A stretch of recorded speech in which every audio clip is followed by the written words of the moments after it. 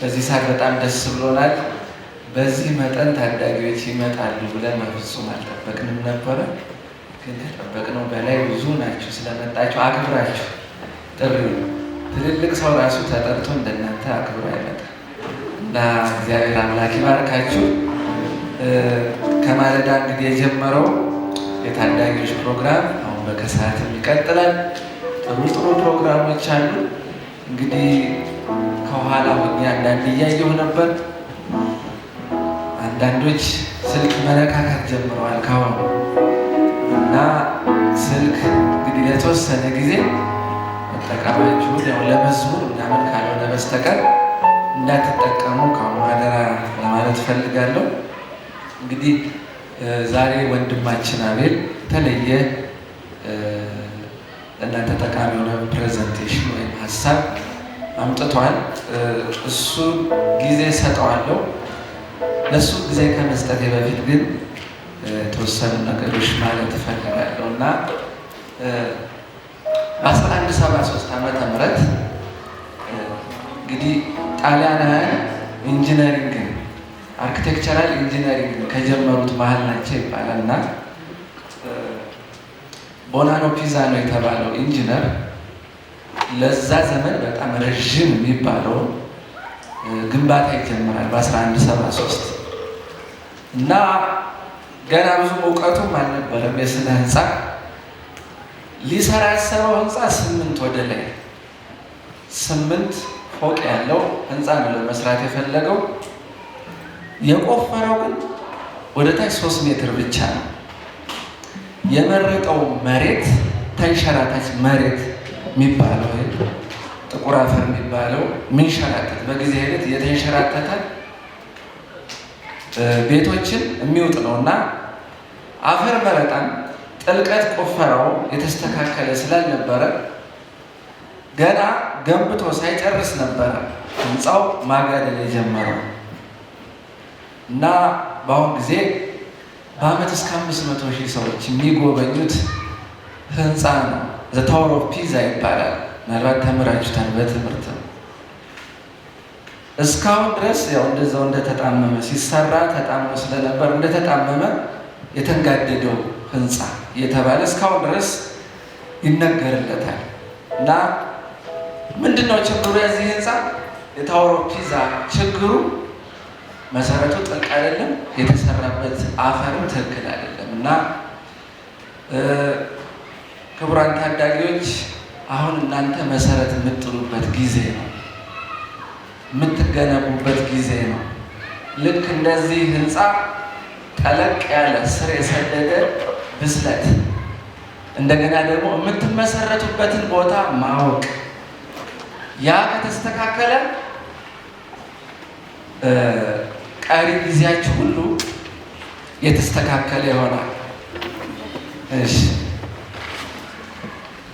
አንድ ልጅ በ10ዎቹ እድሜ አይቸው በ70 ዓመቱ ምን አይነት ሰው እንደሚሆን አውቀዋለሁ ይላል የአእምሮ ሐኪም።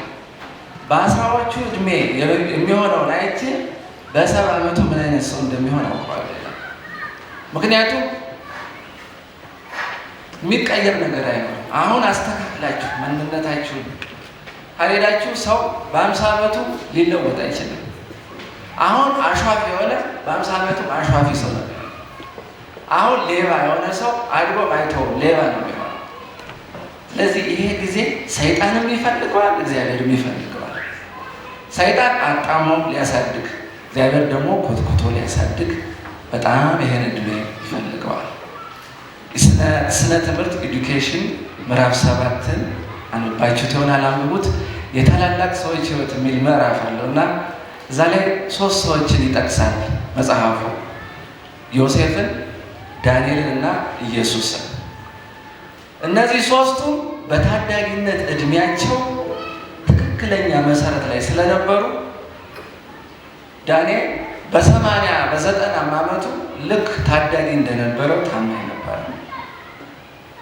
ንጉሷ የቀረበልንም ምግብ አንበላም፣ እንደዚሁ እርኩስ ነገር አንበላም ያለው በ17 ዓመቱ ነው። በ90 ዓመቱ እንደዛው ነበር። ዮሴፍ በ18 በ19 ዓመቱ ነበር የጶጢፋር ሚስት ለኃጢአት ስትፈልገው የነበረው። ታማኝ ስለነበረ ዮሴፍ እስከ ሞት ድረስ ታማኝ ሆኖ ቀጠለ። የኢየሱስ ደግሞ ሕይወት ልዩ ነው። የዘመናት ምኞት ምዕራፍ 7ን አንብቡት። የልጅነት ጊዜ የሚለው ክርስቶስ ታዳጊ እያለ እንዴት ነው ያሳለፈው የሚለው እዛ ተጽፎ ታገኙታላችሁ። አሰላሳይ፣ በእግዚአብሔር ቃል ጊዜ የሚወስድ፣ ተፈጥሮ ጋር የሚያሳልፍ፣ አጥልቆ አጥርቶ ነገሮችን ማሰብ የሚችል ወጣት ታዳጊ ነበር ይላል እና ይህንን በአይምሯችሁ እንግዲህ እንድትይዙልኝ እፈልጋለሁ። ትንሽ አይደላችሁም እናንተ። ትንሽም ለመባል አድጋችኋል፣ ትልቅም ላለመባል ደግሞ መሀል ላይ ናቸው። ስለዚህ እየተሰራችሁበት ያለው ጊዜ ነው። ትልቅ ነገር በሕይወታችሁ መሰረት የምትጥሉበት ጊዜ ስለሆነ እንደ ሆፕ ቻናል እንደ አንድ ወንድማችሁ ደግሞ አደራ ልላችሁ እፈልጋለሁ። ጊዜ ብዙ አልወስድም ከዚህ በላይ ለወንድሜ አቤል ጊዜውን እሰጣለሁ። እንግዲህ በትኩረት ተከታተሉ። መጨረሻ ላይ መጥቼ ብጠይቅ ይፈቀድልኛል። የተማራችሁትን በእጅ ባወጣ አይደለም፣ ፊት ለፊት ያገኘሁትን ነው የምጠይቀው። ወይም ደግሞ እጅ የመራኝን አንተ ወይ አንቺ ብዬ ስለምመርጥ ሁላችሁም በንቃት አድምጡ። ተባረኩ።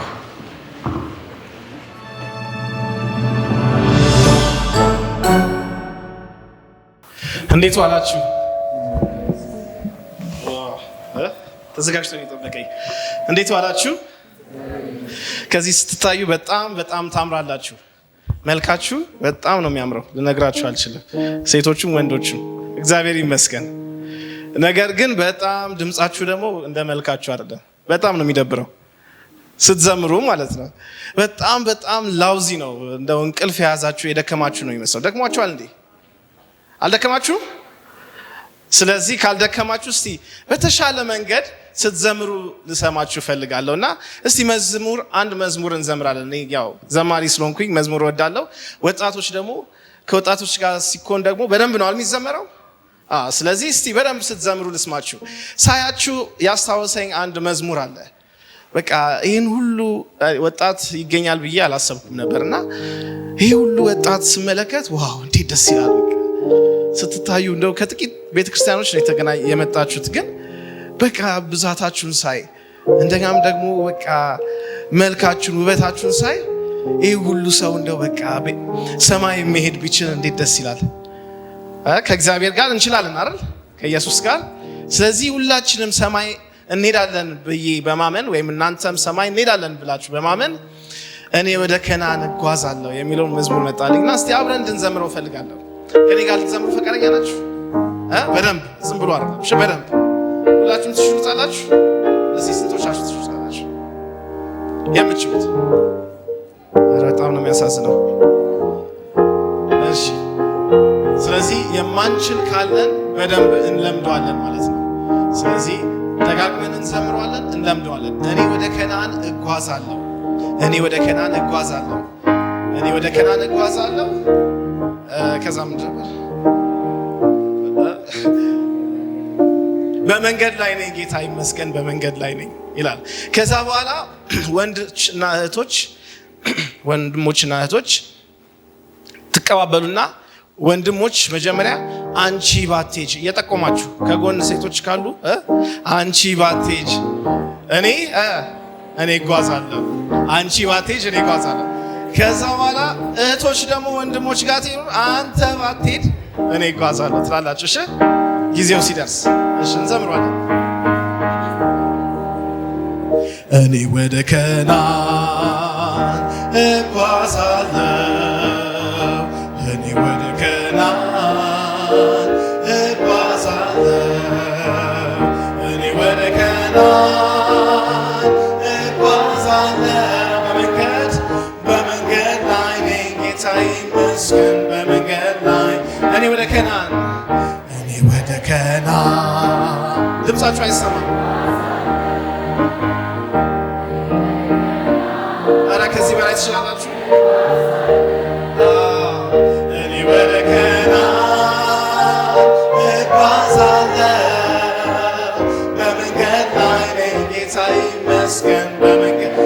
በዚህ በኩል ያላችሁ እኔ ወደ ከነዓን። ዋው ደስ ይላል። ሞቅ አድርጋችሁ እኔ ወደ ከነዓን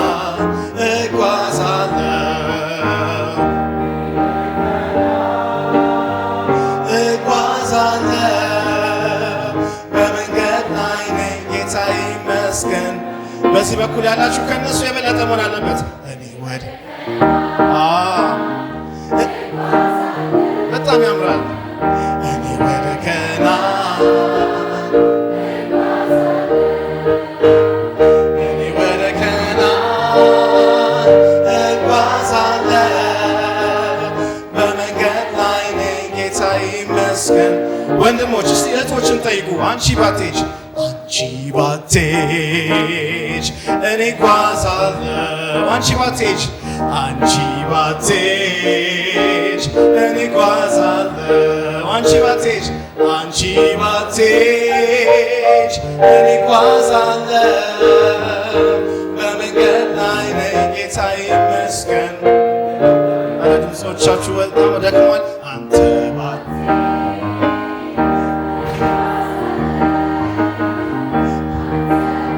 እያስፈራራሽ ነው።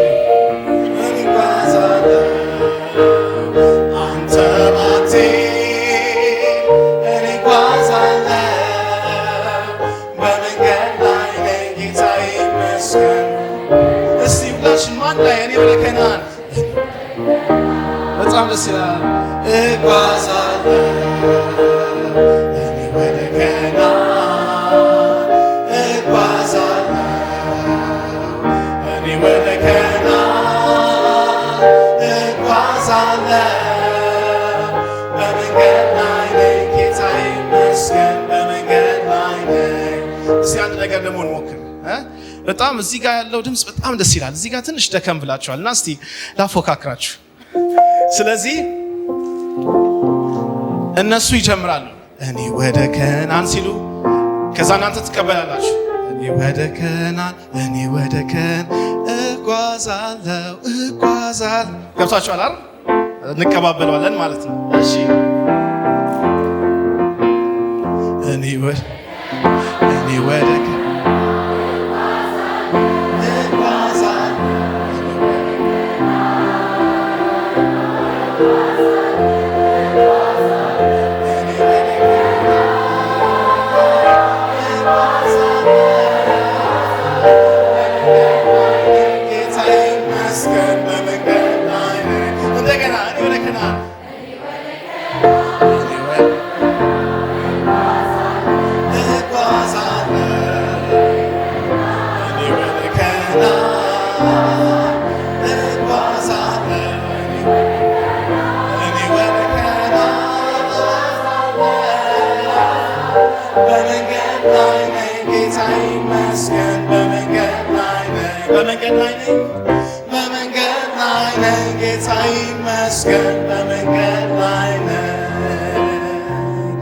አሜን።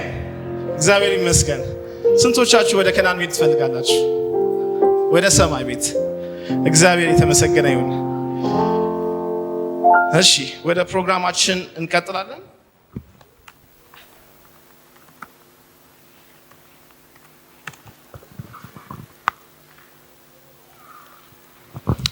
ዛሬ ከእናንተ ጋር ባጭሩ እንድናይ የምፈልገው በዚህ ርዕስ ነው እና ይሄ ርዕስ ይነበባችኋል አይደል? ሁላችሁም ምንድን ነው የሚለው?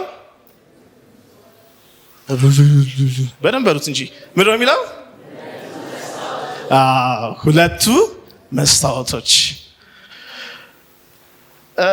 መቼም አብዛኞቻችሁ ወይም ደግሞ በዚህ ፕሮግራም የታደማችሁት ሁላችሁም ወጣቶች ናችሁ እና ምናልባት ይሄንን ታሪክ በጽሁፍ አንብባችሁት ሊሆን ይችላል፣ ሲነገር ሰምታችሁት ሊሆን ይችላል፣ ወይም ደግሞ በፊልም አይታችሁት ሊሆን ይችላል።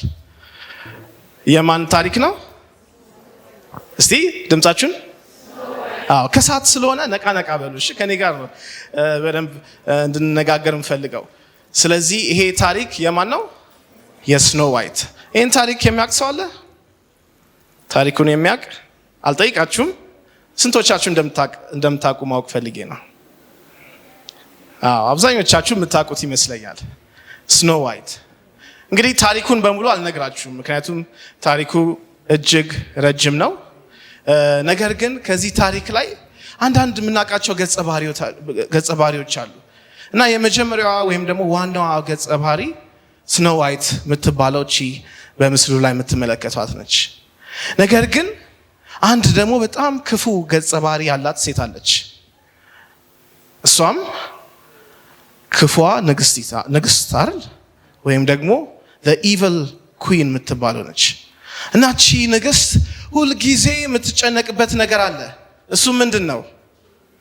በቃ መልኳን እና ይሄ መስታወት ፊት ትመጣና መስታወቱ መናገር የሚችል መስታወት ነው። ትመጣና mirror on the wall ወይም ደግሞ በግድግዳ ላይ ያለ መስታወት በሀገሪቱ ውስጥ ከሁሉም በላይ ቆንጆ ማን ነው ብላ ትጠይቋለች። ከዛ በኋላ ይሄ መስታወት ምን ብሎ ይመልሳል? ንግስት ሆይ አንቺ ነሽ ከሁሉም የምትበልጪው ይላል። ደስ ብሏት ትሄዳለች። ከዛ እንደገና በሚቀጥለው ቀን ትመጣና mirror on the wall who's the fairest of them all ወይም ደግሞ ከሁሉም በላይ ማን ነው የሚያምረው ብላ ስትጠይቀው አሁንም ንግስት ሆይ አንቺ ነሽ የምታምሪው። ደስ ብሏት ትሄዳለች። ነገር ግን እያለ ዘመናት አመታት አለፉ። ከዛ በኋላ ስኖ ዋይት የምትባል የምታምር ልጅ ተወለደች፣ አደገች።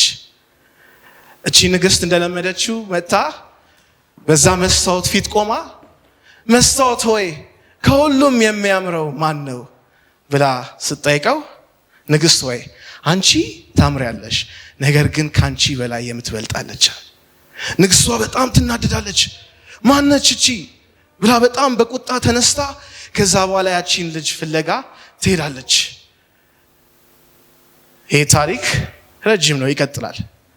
ነገር ግን በሚቀጥለውም ቀን ስትመጣ ስትጠይቀው አሁንም አንቺ ቆንጆ ነሽ፣ ነገር ግን ካንቺ የምትበልጣለች እያለ መስታወቱ ይነግራታል። መስታወት የሚዋሽ አይደለም አይደል? መስታወት ምን አይልም? አይዋሽም። መስታወት ፊት ቆማችሁ ራሳችሁን መመልከት ብትፈልጉ የፈለገ በአእምሯችሁ ውስጥ የሳላችሁት ሰው ቢኖር፣ ነገር ግን መስታወቱ ራሱን ማንነታችሁን እዛ ላይ ያሳያቸዋል።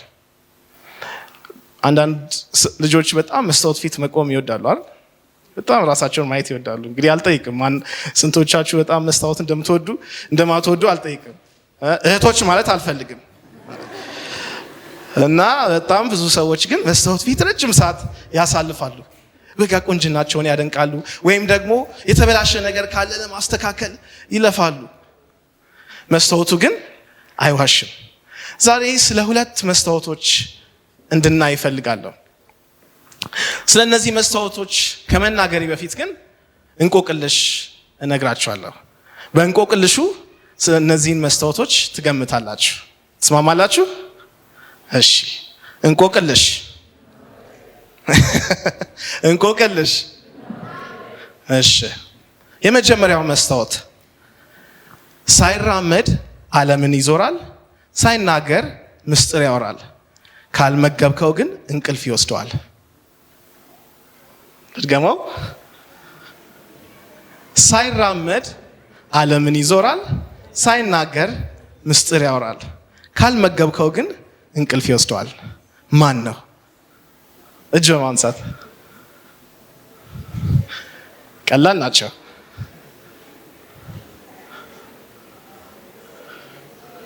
እየተመካከራችሁ ነው? እሺ፣ የመጀመሪያ እጅ በትክክል ተመልሷል። ስልክ አይደል? በትክክል ተመልሷል።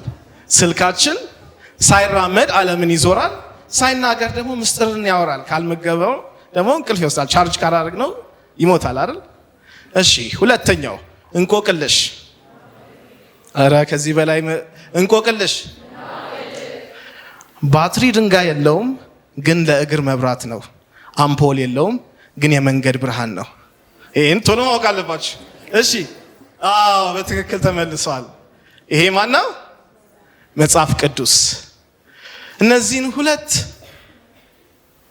ሁለት መስታወቶች ነው ዛሬ እንድንመለከት ምፈልገው። የመጀመሪያው መስታወት ስልካችን ወይም ደግሞ በስልካችን የሚገኙት ሶሻል ሚዲያዎች። መቼም ስንቶቻችሁ ስልክ አላችሁ ብል ምናልባት አንዳንዶቻችሁ ወላጆቻችሁ ስለማይፈቅዱላችሁ የላችሁም ይሆናል። አንዳንዶቻችሁ እድሜያችሁ ስላልደረሰ፣ ግን ብዙዎቻችን ያው እነካካለን። በአንድም ሆነ በሌላ አጋጣሚ ስልክ ካገኘን ደስ ይለናል፣ እነካካለን። አንዳንዶቻችን ደግሞ ስልክ ያዝን ልንኖር እንችላለን። ስልካችን ውስጥ ያለው ሶሻል ሚዲያ እንደ መስታወት ልናየው እንችላለን፣ ወይም ደግሞ ስልካችንን እንደ አንድ መስታወት ልናይ እንችላለን። በዛ ስልካችን ውስጥ ብዙ ምስሎችን እንመለከታለን።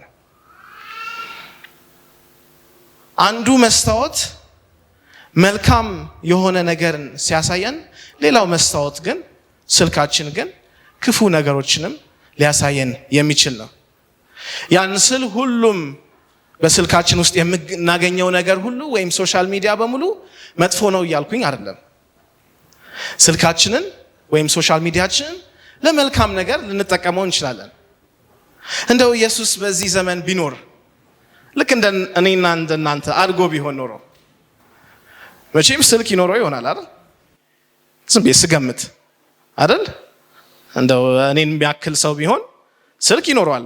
ምክንያቱም ያለ ስልክ የሚንቀሳቀስ ሰው የለም።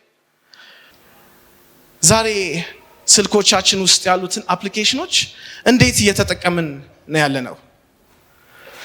እነዚህን አፕሊኬሽኖች ለወንጌል መጠቀም እንችላለን። ይህን ታውቃላችሁ አይደል? ዛሬ በአፕሊኬሽኖቻችን በስልክ በሚዲያ ብዙ ወንጌል ይሰራል። እነዚህም ሚዲያ ወይም ዲጂታል ኢቫንጀሊስቶች ይባላሉ፣ ወይም ደግሞ የሚዲያ ወይም ዲጂታል ወንጌላውያን ይባላሉ። ልክ መጽሐፍ ቅዱስ ይዘው እንደሚሰብኩት በነዛ አፕሊኬሽኖች ወንጌልን በማሰራጨት ብዙ አገልግሎቶችን ይሰራሉ። ነገር ግን ስንቶቻችን ያንን ስናደርግ ራሳችን እናገኛለን? እንደ እውነቱን እንነጋገር ቢባል እነዚህን አፕሊኬሽኖቻችንን ምን ያህል ለወንጌል እንጠቀምባቸዋለን? ግዴታ ለወንጌል መጠቀም አለብን እያልኩኝ አይደለም። ነገር ግን የሶሻል ሚዲያ ወይም የስልካችን አጠቃቀም ምን ይመስላል የሚለውን በጣም ልናስብ ይገባናል። ዛሬ ብዙዎቻችን በተለይ በጣም በወጣትነት ደረጃ ያሉ ሰዎች ስልካቸው ላይ ባሉ አፕሊኬሽኖች ሱሰኞች እስከ መሆን ድረስ የደረሱ አሉ። እኔ አንድ ዜና ስመለከት የሆነች ልጅ በጣም በስልኳ አዲክትድ ሆና በጣም ሱሰኛ ሆና ሪሃብ የሚባል ማገገሚያ እንደገባች ዜናው ሲናገር ሰምቻለሁ። እውነተኛ ዜና። ሪሃብ ታውቃላችኋል? ሪሃብሊቴሽን ሴንተር ወይም ደግሞ ማገገሚያ ስፍራ ብዙ ጊዜ በተለያዩ እጾች ሱስ ውስጥ የሚገቡ ወይም የሚጠቁ ሰዎች ከአቅማቸው በላይ ሲሆን የሚገቡበት ቦታ ነው። አስባችኋል? በስልክ አማካይነት ወይም በስልክ ምክንያት ወደዛ ሲገባ ልክ እንደሌላው ምናልባት በሲጋራ ወይም በሌላ አደንዛዥ እጽ ሱሰኛ እንደሆነ ሰው በስልክ ወደ ሪሃብ ሲገባ ይገርማል አይደል ስናስበው። ዛሬ ግን ከስልካችን መነቀል በጣም ከብዶን በዛ ሱሰኞች የሆንን ብዙ ሰዎች አሉ። አንድ ዶክመንተሪ አለ። ይህን ዶክመንተሪ ብታገኙት በጣም ደስ ይለኛል እና ማየት ብችሉ። ለሶሻል ዳይሌማ ይባላል። አላቅም፣ ምናልባት አንዳንዶቻችሁ አይታችሁት ይሆናል። ካላያችሁት ግን ብታዩት በጣም ደስ ይለኛል። እንዳትረሱት ሶሻል ዳይሌማ።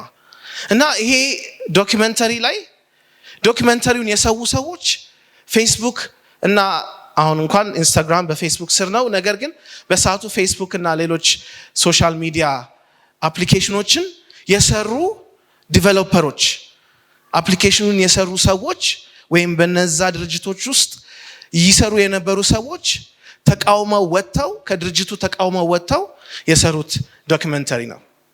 እና በዛ ዶክመንተሪ ላይ የሚናገሩት ነገር በጣም የሚገርም ነው።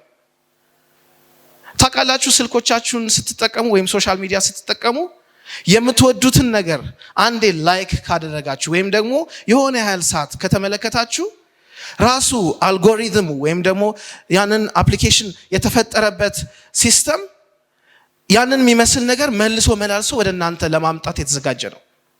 ይህን ታውቃላችሁ።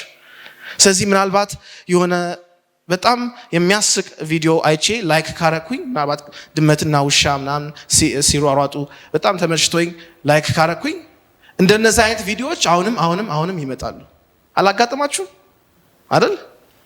ልክ እንደዛው ክፉ የሆነ መጥፎ ነገር በምንመለከትበት ጊዜ ከዛ እንዳንነቀል እዛው ተተክለን እንድንቆይ ልክ እነሱን የሚመስሉ ነገሮች አሁንም ይመጣሉ። ከዛ በኋላ በኖቲፊኬሽናችን ላይ አሁንም ይመጣል። ከዛ በኋላ ሪማይንድ ያደርገናል። ቆይተሃል እኮ ስልክን ከተጠቀምክ፣ ቆይተሃል እኮ አፕሊኬሽኑን ከከፈትክ ምናምን ይላቸዋል። ከዛ እንዳትነሱ የሚደረገው ጥረት በጣም ብዙ ነው። እና እነዚህ ሰዎች ይህንን ዶክመንተሪ የሰሩ ሰዎች እኛ ከዛ አፕሊኬሽኖች ወይም ከስልኮቻችን አንድም አፍታ እንዳንነቀል ወይም እንዳናርፍ አርገው ነው ያን ሲስተም የሰሩት።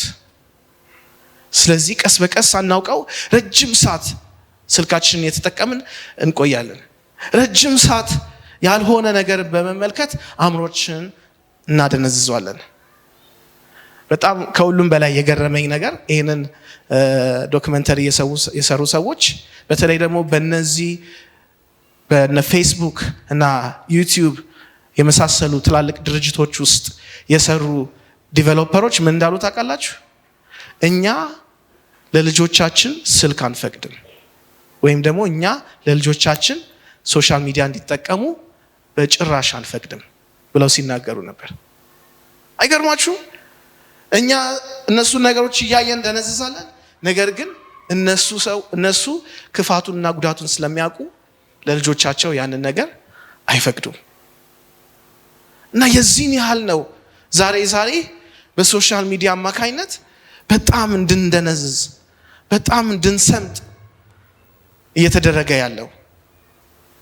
ብዙ ጥናቶች እንደሚያሳዩት ብዙ ጥናቶችን ላሳያችሁ ነበር፣ ግን ወጣቶች ስለሆኑ እንግዲህ እዚህ ውስጥ ያሉት ያሰለቻል በሚል ትቻቸዋለሁ። ነገር ግን በጣም ብዙ ጥናቶች በተለይ ደግሞ ይዤላችሁ የቀረብኳቸው አንዳንድ ጥናቶች CDC ከሚባለው ሴንተር ፎር ዲዚዝ ኮንትሮል የሚባል ትልቅ የሕክምና ተቋም ጤና ምርምር ተቋም እንዲሁም ደግሞ የአሜሪካ የልጆች ወይም ደግሞ ፒዲያትሪክስ ዋና ዲፓርትመንት ወይም የልጆች ሕክምና ዋና ተቋም ያወጧቸው አንዳንድ ጽሁፎች ላይ ስመለከት በሶሻል ሚዲያ ብዙ ጊዜያቸውን የሚወስዱ ሰዎች በጣም ለተለያዩ ጉዳቶች ይጋለጣሉ። ከነዚህ ጉዳቶች መካከል አንደኛው በጣም የወረደ የራስን መተማመን ወይም ደግሞ ለራስ ያለን ግምት ሴልፍ ስቲም የሚባለው በጣም የወረደ ይሆናል። ለምን እንደሆነ ታውቃላችሁ? አንዷ ሴት ምናልባት ትከፍትና ሶሻል ሚዲያዋን ከዛ ስታይ በጣም የሚያማምሩ ሞዴሎች ወይም ደግሞ በቃ ተቀባብተው ምን ብለው ምናምን በቃ እዛ ላይ ፖስት ያደረጉትን ሰዎች ትመለከትና ወይኔ እኔ እኮ አላምርም ትልና በቃ ራሷን እንደነሱ ቆንጆ ለማድረግ ብዙ ታስባለች፣ ትጨነቃለች። ከዛ በኋላ እንደምንም ብላ አሳምራ ምናምን በቃ ላይቲንጉ ቆንጆ እንዲሆን አርጋ ምናምን ያነሳችውን ፎቶ ፖስት አረግና ከዛ ላይክን ጥበቃ ቁጭ ብላ ልቧ ይመታል። አንድ ሰው ወይ ሁለት ሰው ብቻ ላይክ ያደርግላታል። ወይኔ ምናምን ከዛ በኋላ ትንሽ ትቆይና መልሳ ትከፍታለች። እያጠናች መልሳ ቼክ ታደርጋለች። ስንት ሰው ላይክ አድርጎልኛል፣ ስንት ሰው ኮመንት አድርጎልኛል። ከብቷቸዋል። እግዚአብሔር እጅግ ውብና ድንቅ አድርጎ ፈጥሮን፣ ነገር ግን እኛ የሰዎችን ኮመንትና ላይክ እንጠብቃለን። በሰዎች ኮመንትና ላይክ ለውስጣችን አፕሩቫል ወይም ደግሞ አዎ አምራለሁ ወይም አላምርም የሚለውን ግምት እንሰጣለን። ምናልባት ከኮመንቶቹ መሃልማ እጭ አንቺ ፉንጋ ምናምን የሚል ካገኘችማ በቃ ታለቅሳለች። ምንድነው አፍንጫዋ ምን ይመስላል አፍንጫዋ ምን ይመስላል ምናምን የሚል ካነበበችማ በቃ ሄዳ መስታወት ፊት አፍንጫዋን ቼክ ታደርጋለች። አፍንጫዋን ቀጥ ለማድረግ ይሁን ምናምን ትላለች። እያለ እያደገ ከዛ በኋላ ወደ ተለያየ ዲፕሬሽን ወይም ደግሞ ድባቴ ውስጥ ይገባሉ። ይሄ እንደ አንድ ምሳሌ ሴቶችን ተጠቅሜ የሰጧችሁ ምሳሌ ነው። ግን በተለያየ አማካይነት ለራሳችን እግዚአብሔር የሰጠንን የከበረ ቫልዩ ስልካችን እንዲወስንልን፣ ሶሻል ሚዲያው እንዲወስንልን እናደርጋለን። በጣም የሚያሳዝነው ነገር ብዙ ሰዎች፣ ብዙ ልጆች፣ ብዙ ወጣቶች ራሳቸውን እስከ ማጥፋት ድረስ ደርሰዋል በዚህ ምክንያት እና በጣም ለራስ ያለን ግምት እንዲወርድ ያደርጋል ይላል ጥናቱ። ከዛ ደግሞ በጣም ረጅም ሰዓት ስለምናሳልፍበት አእምሯችን እየደነዘዘ የማሰብ ብቃታችን፣ የቅልጥፍናችን ሁሉ እየወረደ ይሄዳል ይላል ጥናቱ።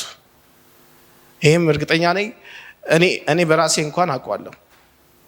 ባለፈው ጊዜ የ10 ቀን ጸሎት አልነበረ? ሰምታችኋል? ስለ 10 ቀን ጸሎት አመቱን በ10 ቀን ጸሎት በየቤተ ክርስቲያኑ ተጀምሯል እና በዚህ 10 ቀን ጸሎት አንድ የተለየ ነገር አደረግኩ። ምን እንዳደረግኩ ታውቃላችሁ?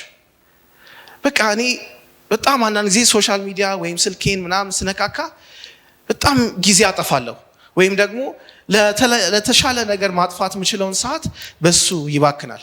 ከዛ ምን ብዬ ቆረጥኩ? የ10 ቀን ከሶሻል ሚዲያ ጾም ጸሎት ብዬ ለራሴ ላይ አወጅኩ። እንደዛ አይነት ጾም ጸሎት እንዳለ ታውቃላችሁ? ጾም ጸሎት ሲባል ባይዘው መብላት መጠጣት ብቻ ከሱ መታቀብ ብቻ አይደለም፣ ከብዙ ነገሮች መታቀብ ይቻላል። እና በቃ እስቲ ልሞክረው፣ 10 ቀን ሶሻል ሚዲያ አልጠቀምም አልኩ።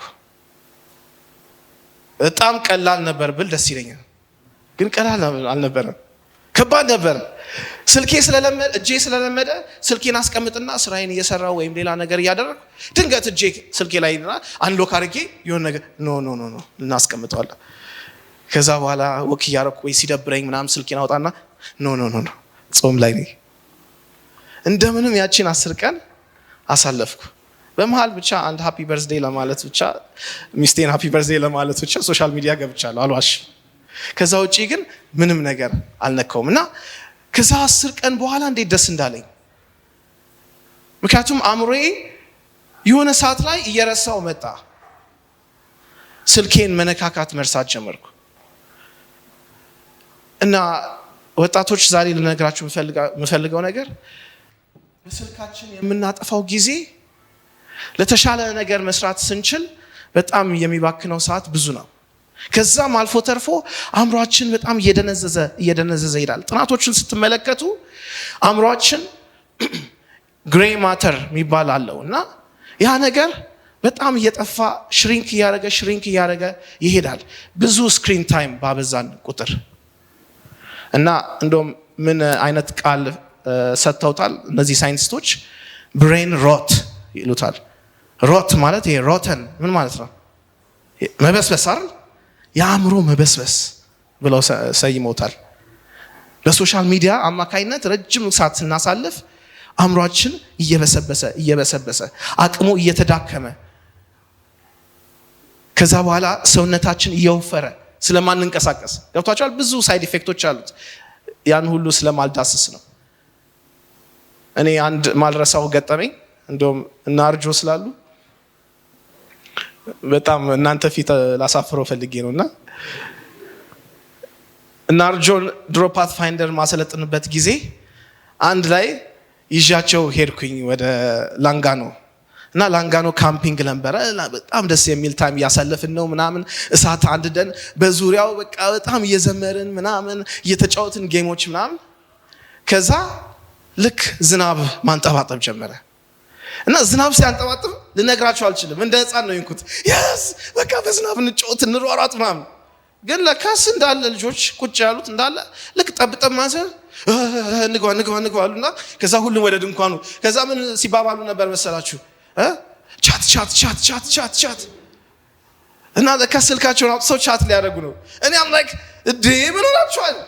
ዝናብ እየዘነበ በቃ በዝናብ እንጫወት እንጂ ብላ እኔ በቃ በጣም ኤክሳይትድ ሆኛለሁ። ዝናቡ እየዘነበ ስለሆነ የበለጠ ያደምቀዋል ስል ግን በቃ ልክ ጸጉራቸው እንደተተኮሰ ነገር እያሉ ከዛ በኋላ ወደ ድንኳናቸው ገቡ። እዛ ቻት እያሉ ሁሉም ስልካቸውን አውጥተው ቻት ምናምን ውስጥ ገቡ እና በጣም ነው በቃ አይኔ የበራው በዛ ሰዓት። ለካስ ጊዜው ተቀይሯል። አሁን ዛሬ የበለጠ ትኩረትና ልባችን የሚስበው የስልካችን ጉዳይ እንጂ ሌሎች ኢንተርቴይንመንት ኳስ መጫወት ምናምን የሚባለው ነገር ራሱ አሁን እየደበዘዘ እየመጣ ይመስለኛል።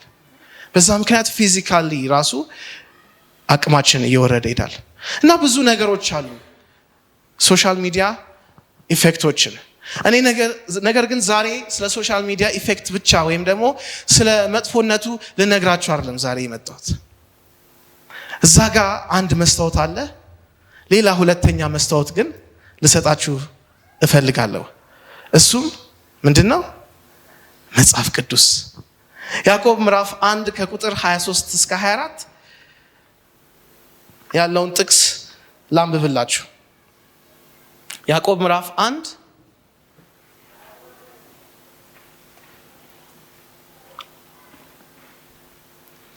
ቁጥር 23 እስከ 24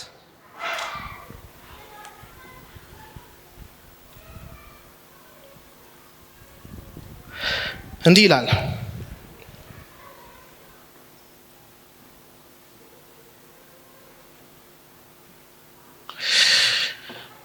ቃሉን የሚሰማ የማያደርገውም ቢኖር የተፈጥሮ ፊቱን በመስታወት የሚያይን ሰው ይመስላል።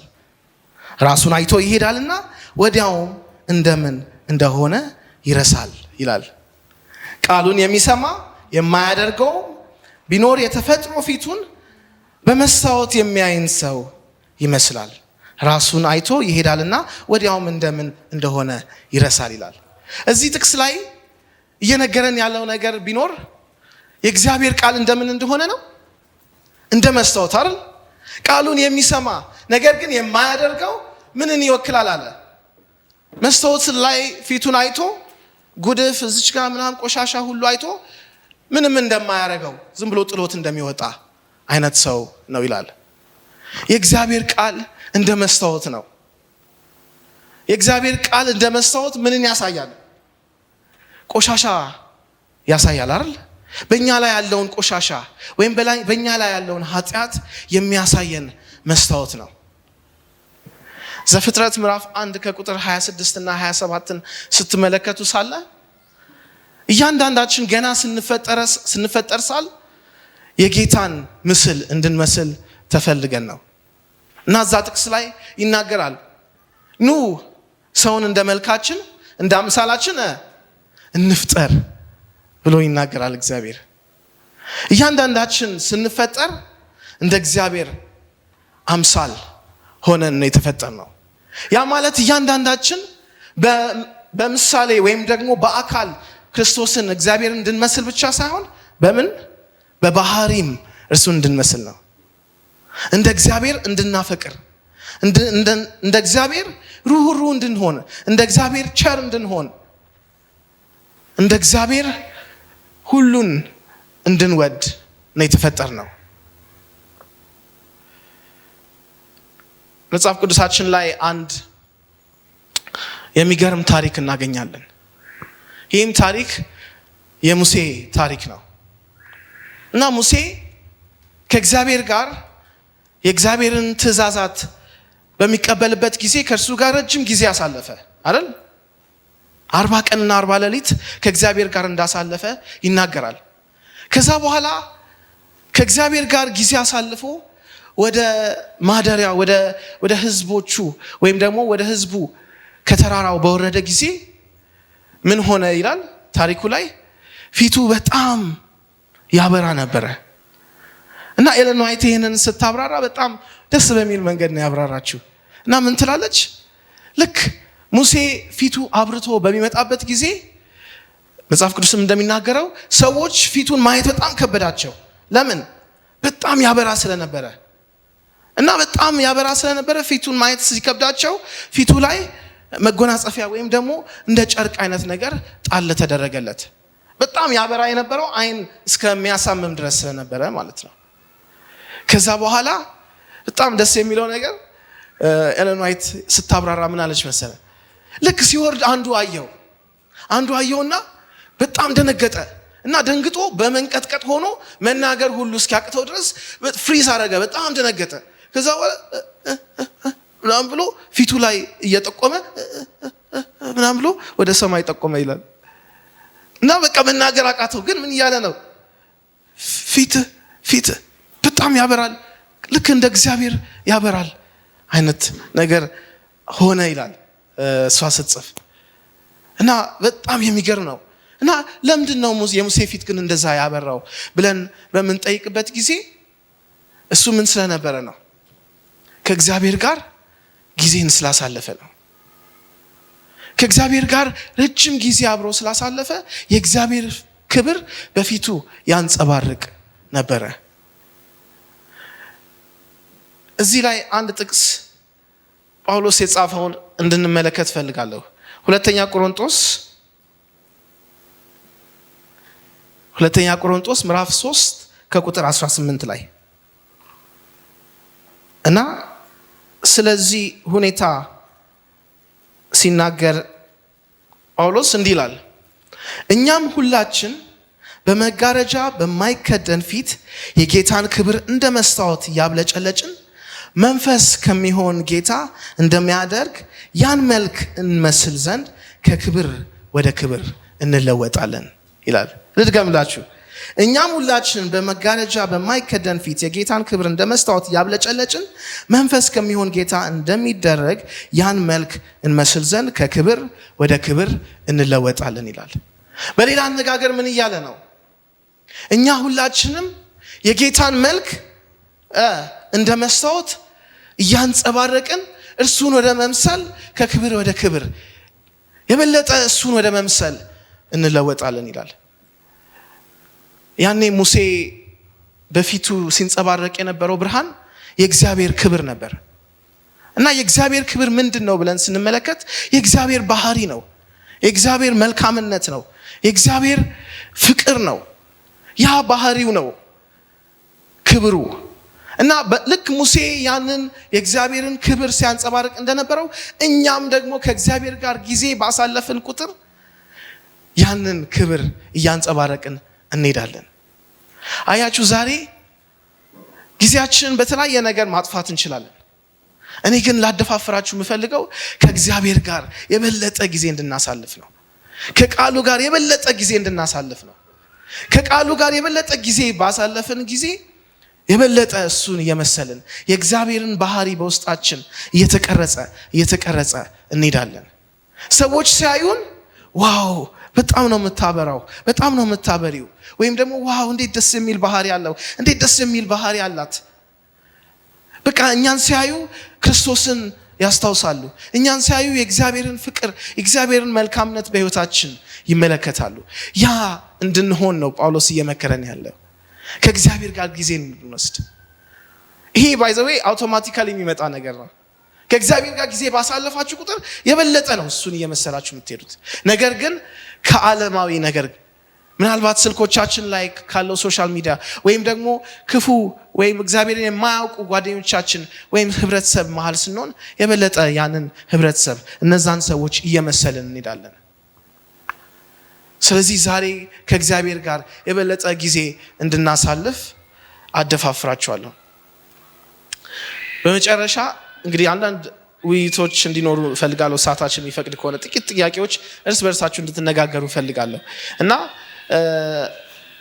እነዚህን ጥያቄዎች እዛው በተቀመጣችሁበት እንግዲህ ለቡድን ውይይት ስለማይመች በተቀመጣችሁበት እርስ በርስ እንድትነጋገሩ እፈልጋለሁ እና ከዛ በኋላ የተነጋገራችሁትን ፈቃደኛ የሆነ ሰው ሼር ያደርገኛል።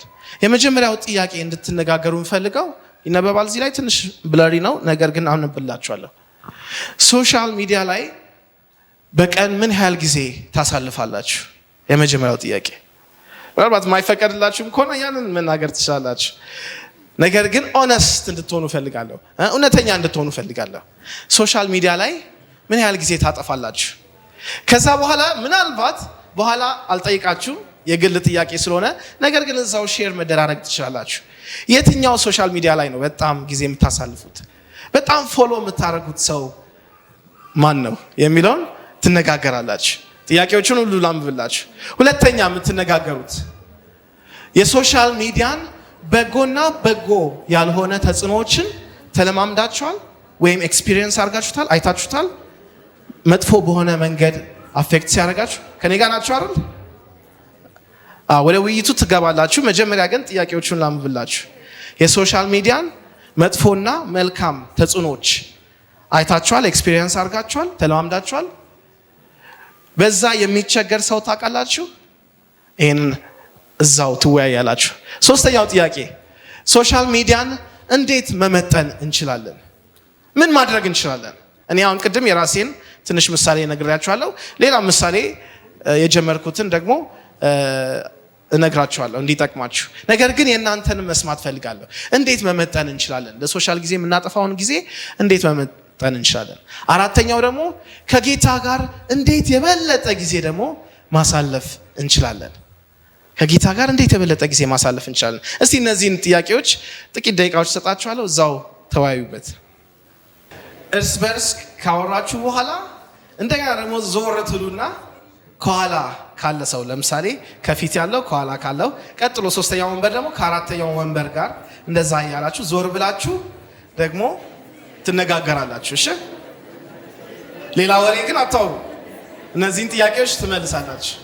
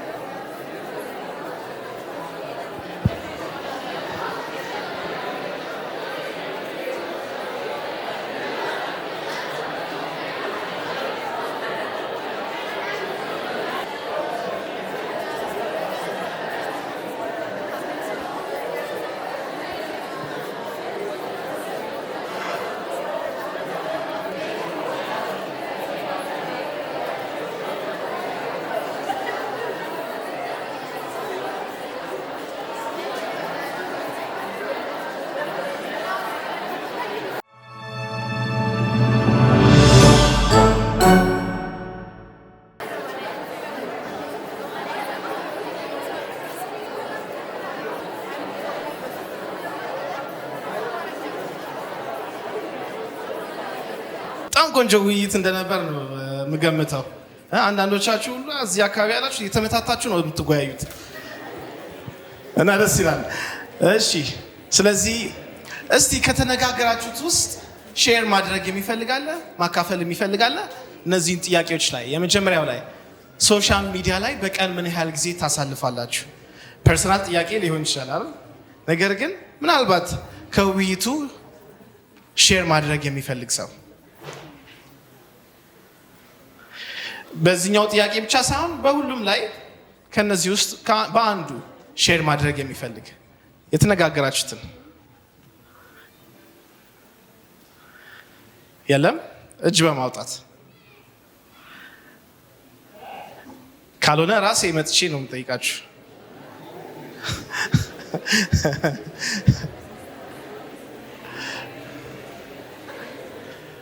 እሺ እየመጣው ነው። እጅ በማንሳት እሺ ማይክ ስላሽ እንደውም ጠይቅሽ አንቺ ውይይቱ እንዴት ነበር? መጀመሪያ ጥሩ ነበር። በደንብ ተወያያችሁበት? አዎ። የትኛው ሀሳብ ላይ ሞር ተወያያችሁ? ሶሻል ሚዲያ ላይ በቀን ምን ያህል ጊዜ ታሳልፋላችሁ? ኦኬ። እና እንዴት ነበር? ምን ተማርሽ ከዚህ ውይይት? ግዴታ ቁጥሩን መናገር አይጠበቅብሽም፣ ግን ሁላችንም 2 ሰዓት ነው በቀን ተደምሮ ማለት 2 ሰዓት ብቻ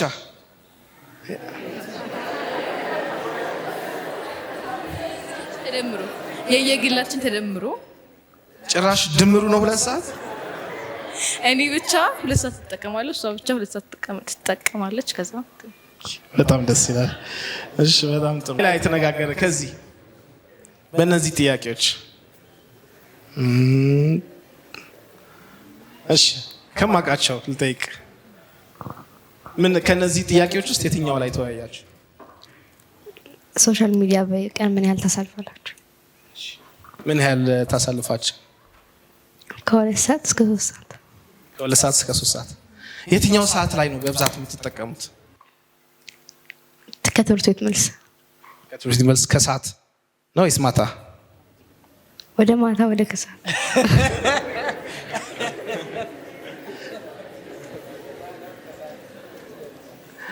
እሺ የሚፈልግ እሺ ከኋላ በጣም ጥሩ እጅ በማንሳት ብትሳተፉ ደስ ይለኛል።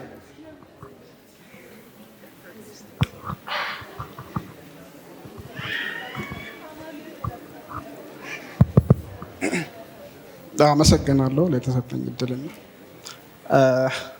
እኛ ሞር ፎከስ አድርገን ዲስከስ አደረገን ነው። 3ኛ ጥያቄ ላይ ነውና አይሰማም? ኦኬ ጨምራለሁ፣ ችግር የለም። 3ኛ ጥያቄ ላይ ነው ተወያየነውና ሶሻል ሚዲያ እንዴት መመጠን እንችላለን የሚለው ጥያቄ እንደ ግሩፕ የተወያየነው ሀሳቦችን የተወሰኑትን አነሳላቸዋለሁና ፐርሰናሊ እኔ እንዴት ነው ማምነው ሶሻል ሚዲያ ባይሰልፍ ጥሩም መጥፎም ነው ብዬ አልቀበልም። አጠቃቀማችን ነው ጥሩ መጥፎም ላደርግ የሚችለው እና እንዴት በፖዚቲቭ ሳይድ እንጠቀም የሚለው አንደኛ ያነሳነው ሀሳብ ሶሻል ሚዲያ ላይ የሚመጡትን ነገሮች ፊልተር ማድረግ ይቻላል እና ለምሳሌ እኔ የሚፈልጋቸው ቶፒኮች ወር ኢራዎች አሉና ከዛ ኢራ ብቻ የሚፈልገው ዴታዎች እያገኘው ሶሻል ሚዲያ መጠቀም እንችላለሁ እና አንደኛ ኮንቴንቶቹን ፊልተር በማድረግ ፖዚቲቭ የሆኑ ነገሮች ከዛ ማግኘት እንችላለን የሚለው አንስተናል። ሌላኛው ያነሳነው በጣም የምንቸገር ከሆነ አንኢንስቶል በማድረግ አፕሊኬሽኑ ኦር አካውንት ካለ አካውንቱን ዲአክቲቭ ኦር ዲሌት በማድረግ ሌላኛው እንደ ሶሉሽን ዴታ ወይም ሰርቪሶችን ባለመግዛት የዋፋ ፔይመንቶችን ባለመክፈል ካስቸገረ ነው እንደዚህ የምናደርገው እና እንደዚህ እያደረገን ኔጌቲቭ ኢፌክቱን መቀነስ እንችላለን የሚለውን አንስተናል። ሌላኛ የመጀመሪያ ጥያቄ ላይ ሰማው ወደሆነ መልስ ነው የተገኘና ሶሻል ሚዲያ ላይ በቀን ምን ያህል ጊዜ ታሳልፋላችሁ ከማለት ከሶሻል ሚዲያ ውጪ ምን ያህል ጊዜ ታሳልፋላችሁ ቢባልና ጥያቄው በዛ ቢስተካከል የሚልም ተነስቷል። በጣም እናመሰግናለን። እግዚአብሔር ይባርክ። በጣም ኦነስት በሆነ መንገድ ያለውን ተሞክሮ አካፍሎናል አይደል? አንድ የነገረን ልምድ አለ። ምን ማድረግ ነው? ፊልተር ማድረግ ወይም ደግሞ በጣም ከባሰ አንኢንስቶል ማድረግ ብሏል እና እግዚአብሔር ይባርክ። እስቲ ከኋላም ሌላ ሀሳብ አለ ብታቀብሉልኝ።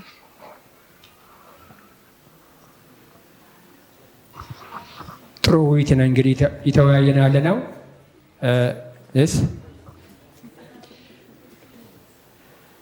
ጥሩ ጊዜ ነው እየተወያየን ያለ ነው እና እግዚአብሔር ቃል ምንድን ነው የምለው የምናደርገው ነገር ሁሉ ለእግዚአብሔር ክብር መሆን አለበት ነው። ብትበሉ ብትጠጡ ለእግዚአብሔር ክብር ይላል። እያንዳንዳችን የምንሰራው ስራ ለእግዚአብሔር ክብር ነው ወይ?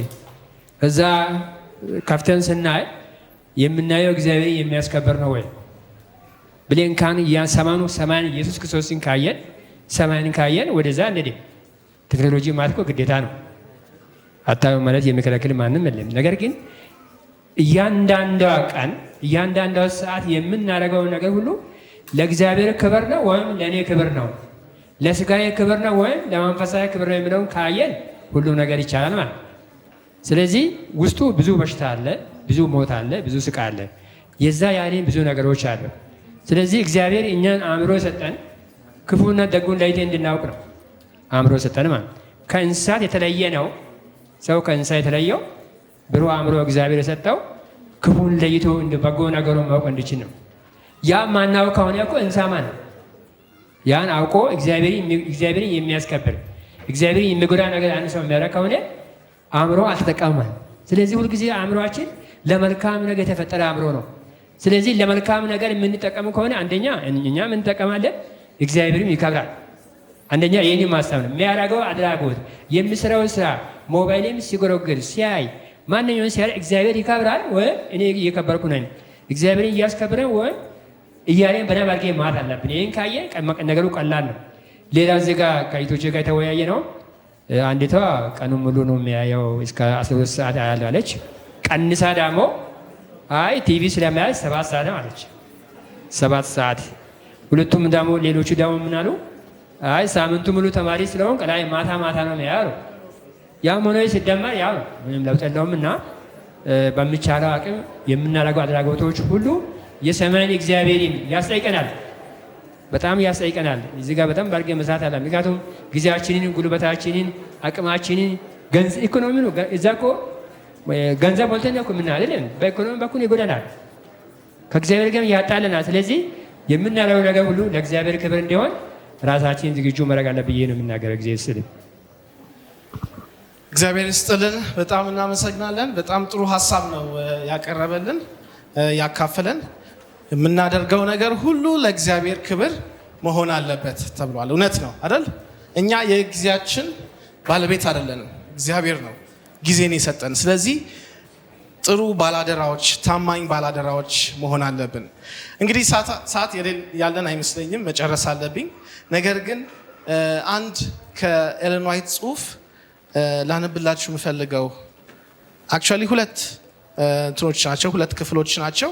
አንደኛው ሪፍሌክቲንግ ክራይስት የሚባል መጽሐፏ ላይ ወይም ደግሞ ጽሁፍ ላይ አጠር ያለ ጽሁፍ ነው። ገጽ 20 ላይ የጻፈችውን ነገር እንድንመለከት ፈልጋለሁ። እዚህ ጋር በደንብ ግልጽ ሆኖ ላይታይ ይችላል። ነገር ግን ላንብብላችሁ። ሀሳባችሁ ከኔ ጋር ነው? ሀሳባችሁ ወደዚህ። እሺ፣ ምን ትላለች?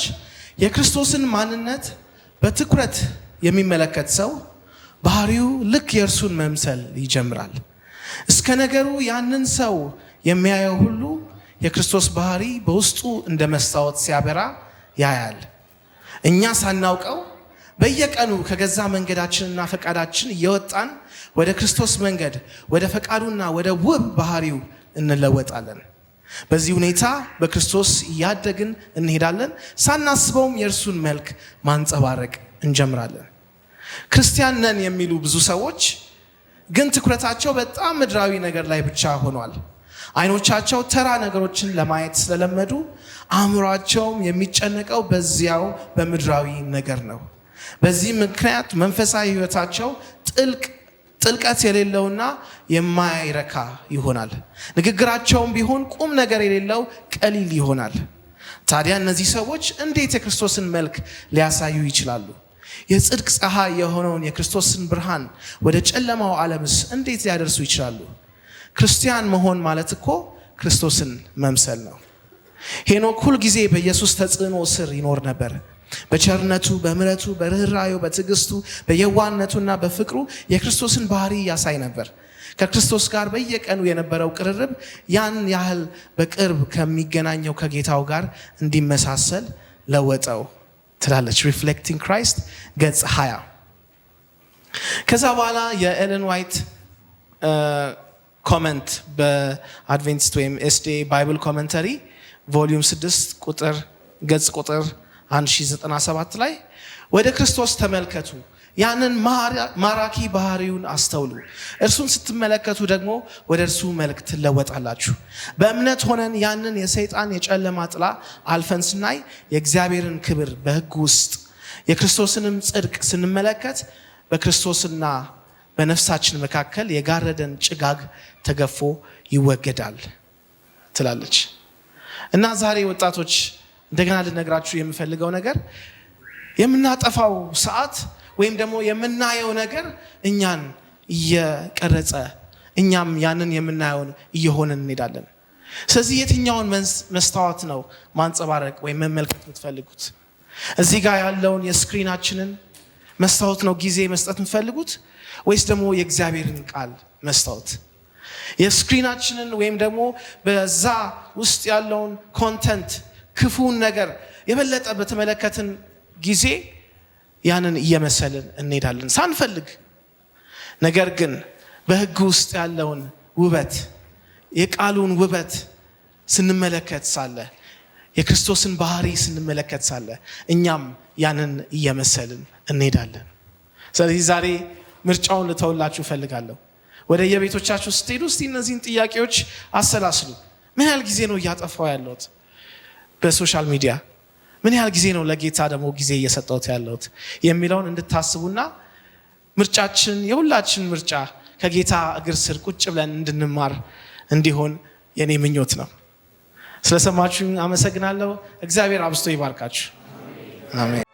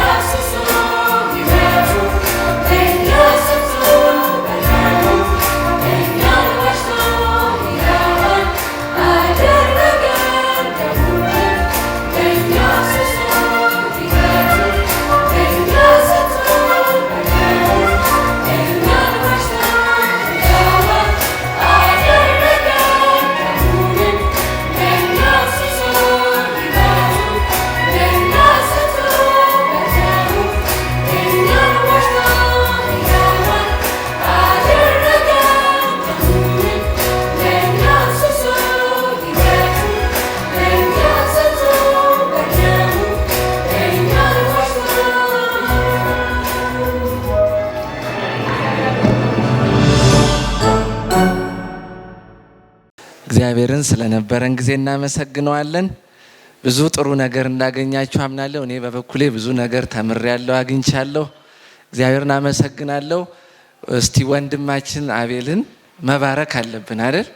የሚባርኩ ይባረካሉ እና እግዚአብሔር ይባርክህ በሉት።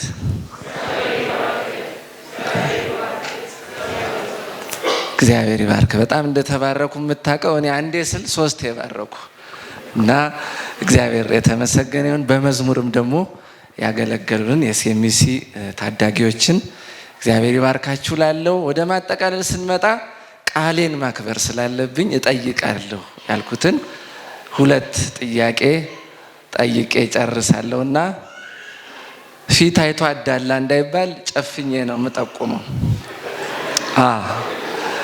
እና ከመጠየቄ በፊት ነው የምጠቁመው እና አንዱ በዚህ ይሆናል ማለት ነው። ከየት ይጀምርላችሁ? ከዛሽ ቶሎ ስለከሰሱ ከነሱ ጓደኛህን እንደራስ ውደድ ይላል እኮ። እሺ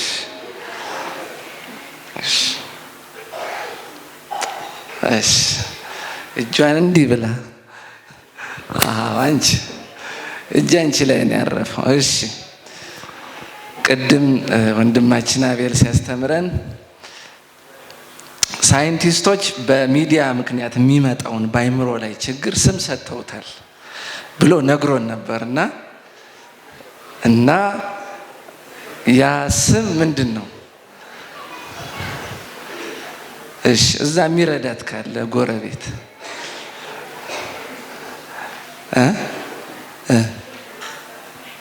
ብሬን ሮት በጣም ጥሩ የአይምሮ መበስበስ የሚል እንደሆነ ሰምተናል። ለጠቅላላ እውቀት እንዲሆናቸው አንድ ነገር ልናገር። ቲክቶክን የማያውቅ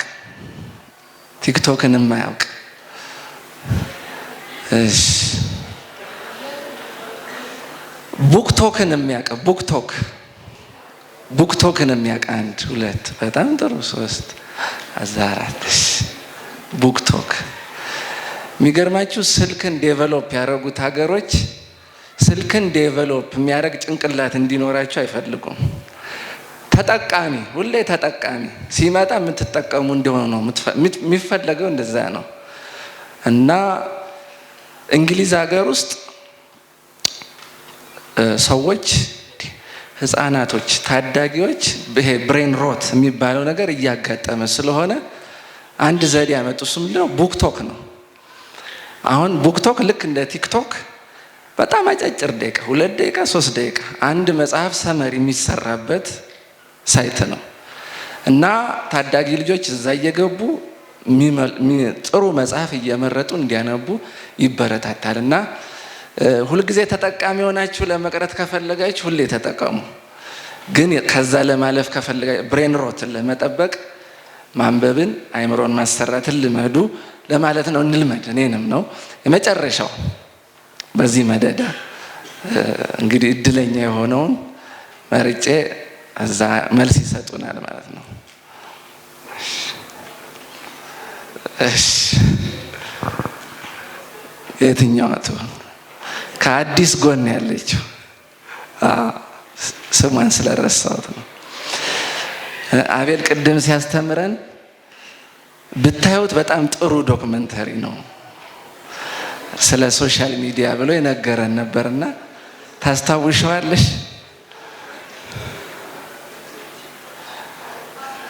አስታውሰዋለች አይደል? እሺ ምን በጣም ጥሩ ዘ ሶሻል ዳይለማ ነው የሚለው። በጣም ጥሩ 1 ሰዓት ከ30 እንደዛ ነው። እና ምናልባት ያላየው ካለ በሆብ ቻናል አማካኝነት ሁላችሁም እንድታገኙት ለመቻቸት እንሞክራለን። በጣም ጥሩ የሆነ ዶክመንተሪ ነው እና እሱ እንደጠቀሰው ጠቃሚ ነገሮች አሉት።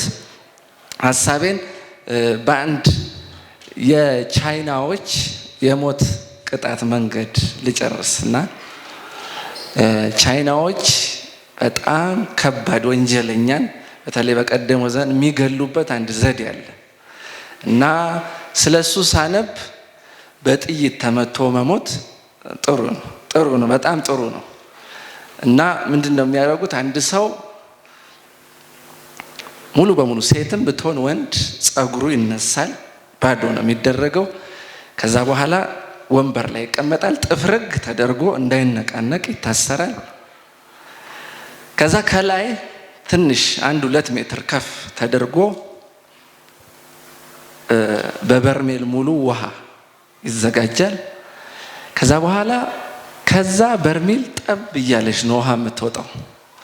ጠብ እያለ እዚህ መሀል ላይ ነው እንዲያርፍ የሚደረገው። ጠብ እያለ እዚህ እና ምን ችግር አለ ውሃ ደግሞ ጠብ ጠብ ቢል ልትሉ ትችላላችሁ። ውሃው ባለቀ ቁጥር ይሞላል፣ ጠብ ነው የሚለው እና እዛ ሰውዬ ላይ ለ1-2 ሰዓት ምንም አይደለም፣ አይከብድም። 3 ሰዓት 4 ሰዓት እየሆነ ግን ሲሄድ ኢሪቴት እያደረገው ይሄዳል፣ እያቃጠለው ነው የሚሄደው። ከዛ በኋላ ቀስ እያለ ቶታሊ በስቶት ይገባል ማለት ነው። አይታችሁ ይሆናል ቧንቧ ከታች ያለ አንዳንዴ ተቦርቡሮ ታያላችሁ አይደል? እና ያቺ ጠብታ ውሃ የምትንቁት ነው። ሪፒቲሽን ግን ምን ያደርጋል? አጥንት ከሰውነታችን ሁሉ ጠንካራው እስከል ነው ይሄ ጭንቅላት፣ እሱም በስቶ ይገባል። ምን ልላችሁን ሀሳቤን ሳጠቃልል ሪፒቲሽን መደጋገም በቀን እንደው መጽሐፍ ቅዱስ ይሰለቸኛል የምትሉ ካላችሁ በቀን 3 ደቂቃ እስቲ ማንበብ ጀምሩ። ሪፒቲሽን ዛሬ 3 ደቂቃ፣ ነገ 3 ያ የምትደጋግሙት ነገር እየወደዳችሁት ተጽዕኖ እየፈጠረ ክፉ ባህሪያችሁን እየበሳው ይገባል ማለት ነው። ስለዚህ ድግግሞሽን አትርሱ። በቀን ትንሽ እንደዛችሁ አጠብታ አድርጉት። ይሄ ሁለተኛው መስታወት የተባለው ማለት ነው። ክፉን ነገር ሁሉ በስቶ ይገላል፣ ያጠፋል ማለት ነው። ስለነበረን ጊዜ እግዚአብሔር እናመሰግናለን። እንዲህ አይነት ጊዜዎች እንዲደጋገሙልን እንፈልጋለን። ይሄን ያመቻቻችሁትን ሁሉ እግዚአብሔር አምላክ አብዝቶ ይባርካችሁ። አሁን በጸሎት ነው የምናጠናቅቀው። ምናልባት ፈቃደኛ ቢሆን ወንድሜ ልቆዩ ወደፊት ይመጣና ለነዚህ ሁሉ ታዳጊዎች ጸሎት አድርጎ እንጨርሳለን ማለት ነው። ወደፊት ይመጣና እኔና እሱ እዚህ እንበረከካለን። እናንተ ባላችሁበት ጸሎት እናደርግና እንጨርሳለን።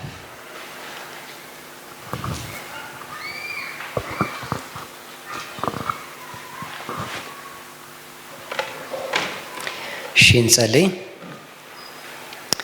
ሰማይና ምድር በቃል የፈጠርክ የፍጥረት ሁሉ ባለቤት የሆንክ እግዚአብሔር አምላካችን መውጣት መግባታችንን እየተቆጣጠርክ ከጉዳት ከጥፋት ሁሉ የጠበቅከን ጌታ ክብር በሰማይም በምድርም ላንተ ይሁን። ጌታ ሆይ እነዚህ ታዳጊዎች በቤትህ ስላኖርክ ክብር ላንተ ይሁን። ነገ ስራህን የሚሰሩ ታላቅ ኃላፊነትን የሚሸከሙ ቤትህን የሚመሩ ወንዶችና ሴቶች ልጆች ስላሉህ እናመሰግናለን። ደግሞ በልጅነታቸው አንተን እንዲያገለግሉ ምርጫቸው እንዲያደርጉ ጌታ መንፈስ ቅዱስ አንተ ስለመራሃቸው ክብር ላንተ ይሁን። አንደበታቸው ለክብርህ ስለተጠቀምክ በልጅ አንደበታቸው ለክብርህ እንዲያዜሙ በጸጋ ስለረዳሃቸው እጅግ አድርገን እናመሰግናለን። ገና እድገት ይቀራቸዋል። ብዙ ፈተና ከፊት ለፊታቸው ይጠብቃቸዋል። የጓደኛ ተጽዕኖ፣ የቤተሰብ ተጽዕኖ፣ የአካባቢ ተጽዕኖ፣ የሶሻል ሚዲያ ተጽዕኖ፣ እነዚህ ሁሉ ከፊት ለፊታቸው አሁንም እየታገላቸው ያለው ፈተና በድል የሚያሻግራቸውን የህይወት አቅጣጫ ይዘዋል። እጃቸውን በእጅህ እንድትይዝ እንለምንሃለን። በዘመናቸው ሁሉ የማይሸጡ የማይለወጡ ለአምላካቸው የታመኑ በዳንኤል በአናንያና በአዛሪያ ህይወት ውስጥ የሰራህ ጌታ በእነዚህ ልጆችህም ሰርተህ ዓለምን የሚያስደምሙ ልጆች ከቤትህ እንዲወጡ በጸጋ እንድትረዳን እንለምንሃለን። ይህንን ስለምታደርግ ክብር ለአንተ ይሁን። ለቤተሰቦቻቸው በረከት፣ ለእናት ለአባቶቻቸው፣ ለወንድም ለእህቶቻቸው፣ ለአካባቢያቸው፣ ለቤተ ክርስቲያን፣ ለአገርም የሚጠቅሙ ልጆች መውጣት እንዲችሉ በቃልህ ላይ እንድትመሰርታቸው እንለምንሃለን። ተከታዮቻቸው መልካም አርአያቸውን ተከትለው እንዲያድጉ የፊት መሪ እንድታደርጋቸው እንለምንሃለን። ጌታ መንፈስ ቅዱስ አንተን እንዲያስቀድሙ አንተ በምትመራቸው እንዲመሩ መንገዱን እንድታሳያቸው በጌታ በክርስቶስ ስም እንድታጸናቸው፣ እንድትተክላቸው የማይነቃነቅ አለት እንድታደርጋቸው እንለምናለን። ጊዜውን ሰዓቱን ሁሉ በስም ተረከብ። ይህንን ፕሮግራም ያዘጋጁ በአእምሯቸው ይህን ጥንስስ ያስቀመጥክ ጌታ ክብር ላንተ ይሁን። በእያንዳንዱ እንቅስቃሴያችን ከጠዋት ጀምሮ የመራህን ጌታ ወደ ቤታችን ስንመለስ ደግሞ የመንገዳችን አደራ አንተ በእጅ እንድትረከብ ከክፉ ሁሉ እንድትሰውረን ሰላምን እንድታበዛልን እንለምናለን። ዛሬ በተቀደሰው ሰንበት የሰማነው ቃል በልባችን እንድታትመው ሰይጣን ከልባችን እንዳይለቅም እያንዳንዱ የተጠየቀው ጥያቄ የሰማነውን ቃል በማሰላሰል በልባችን እንዲጸና በጸጋ እንድትረዳን እንለምናለን። በነገር ሁሉ እንደ ፈቃድ ምራን። ጸሎታችንን ስለሰማ ክብር ለአንተ ይሁን። በጌታ በኢየሱስ ክርስቶስ ስም አሜን።